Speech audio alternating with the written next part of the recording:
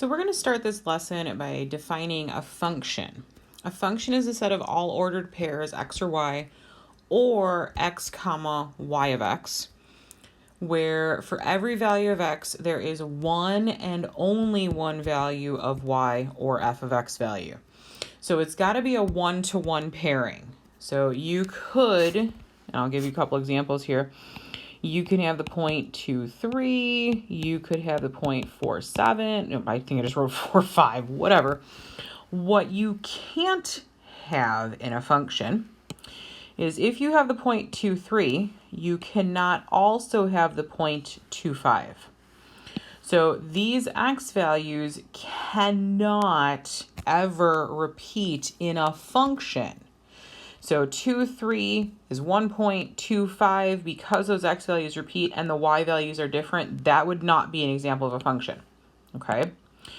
Now, one of the easiest ways to determine if you have a function is something called the vertical line test. And so what you do is you literally draw a vertical line. If the vertical line hits your graph in only one point, anywhere you draw that vertical line, you have a function.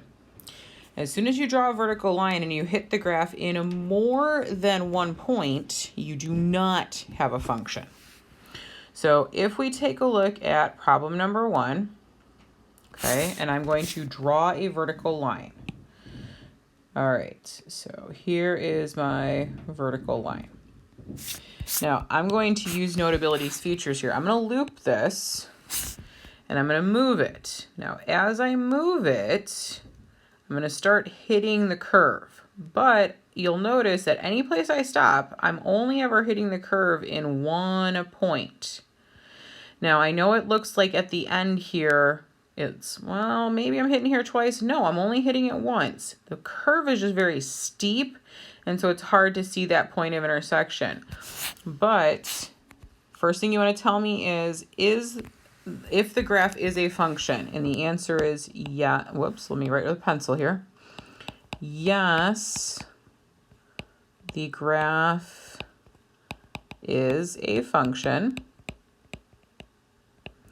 And explain your answers. Well, the easy explanation is the graph passes the vertical line test, VLT if you want to get lazy and abbreviate it, which is totally fine. Actually, let me write it out one time so you see what I'm talking about. So it passes the vertical line test, and then in parentheses I'll put VLT. Because if I keep using VLT, I'm going to be lazy and do that. Now, so we have a function. It passes the vertical line test. Awesome. Let's take a look at part B here. So I'm going to do the same thing I did before. I'm going to draw myself a vertical line. So here is my vertical line. Let's see, we'll snap it. There it goes. I really use Notability, snap it straight. I'm going to loop it so I can slide it. Now over on this left side, I'm not even touching the graph at all. When I get to the y-axis, touching the graph, but only one point. But as soon as I do and I move to the right, I'm going to stop here. And now we have a problem because this vertical line hits at that point and it hits at that point. Okay, so if we looked at those two ordered pairs, we would have what looks like the 0.11 and the 0.1 negative 1. Those x values cannot repeat, okay? So is this a function? No. The graph is not a function. And reason, the graph fails the vertical line test, okay? If you want to get very specific with this one, you could say the vertical line test hits the graph in more than one point.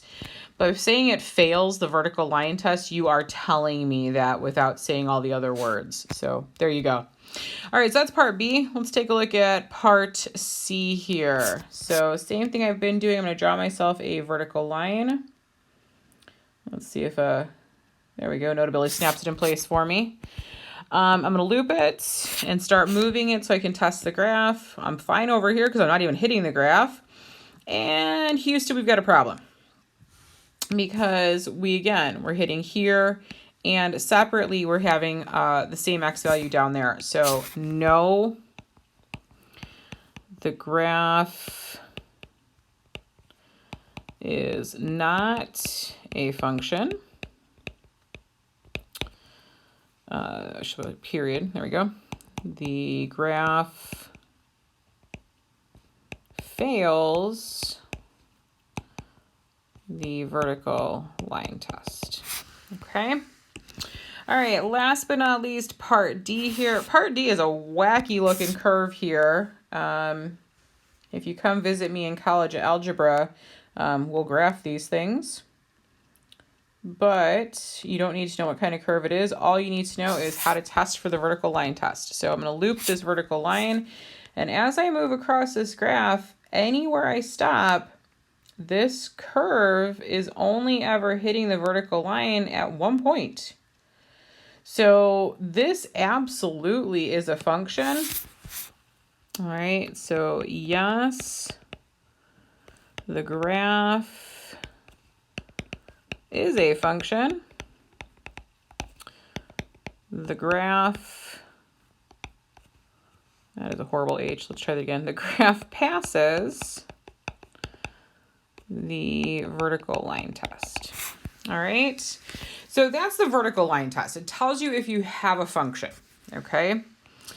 Now we're going to talk about something specific to functions, and that's if something is invertible. Okay. Now you have to start with a function first.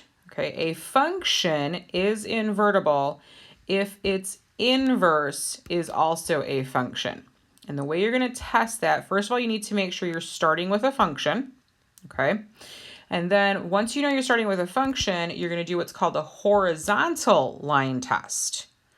And the horizontal line test is just like the vertical line test. If you only hit the graph at one point, no matter where you draw that horizontal line, then the graph is invertible, which means that the inverse of the graph is also a function. If, however, you draw the the horizontal line and you hit the graph in more than one place, then the function is not invertible, which means that the inverse is not a function. Okay. So let's take a look at problem number 2 here. Now it's telling you in problem number 2, all of the things I am giving you are functions. And so if we look at part C, D, E, and F, every single one of these graphs would in fact pass the vertical line test. So they are all functions, okay? What we want to test to see is, are they invertible functions? So I'm going to test that. I'm going to draw my horizontal line. Let's see, let's snap it. There we go. And as I move this line up and down, every single time, it's only ever hitting that red line one point at a time, okay? So the original function here was f of x equals x. The question is it invertible? Yes, f of x equals x is invertible because, and I know we need to explain our answer, so because it passes, I don't know why I'm trying to write an H there, passes the horizontal line test. And I'm going to abbreviate that one HLT, horizontal line test. Okay, so that's the linear function. Okay, if you recognize that, that's the linear function. So let's go on to part D here. This is our x squared function, our quadratic function. We've graphed a parabola here. So as soon as I draw this horizontal line, I'm just not going to even move it. We've already know we have a problem, right? We have a point here. That was really huge. Let's try that again. A point here and a point here. So if I were to find the inverse of x squared, it's not a function. Like x squared is a function, but the inverse is not. So if I ask for an answer here, no, f of x equals x squared is not invertible because it fails the horizontal line test. Okay, now when you say it fails the horizontal line test, I need to see the visual, like show me this part of it as part of your explanation, actually drawing the curve or drawing the horizontal line to show that it does actually fail. Okay. All right, part E here, which is x cubed. Let's go ahead and draw that horizontal line. All right, and I'm going to loop it and loop it in place. As I move this line, the pink horizontal line only ever touches the purple curve in one point. All right, no matter where I move it to, no matter how it looks, it's only ever going to hit once. So yes, f of x equals x cubed is invertible because it passes the horizontal line test. Again, make sure you actually draw the horizontal line to test it so I can see that you did that. All right, last one here is part F, the last curve. We've got f of x equals x to the fourth. So this is your quadratic function. Let me go ahead and draw that horizontal line, and I'm not going to even move it because I can already see I've got 2 points where that horizontal line crosses the orange curve. So no, f of x equals x to the fourth is not invertible.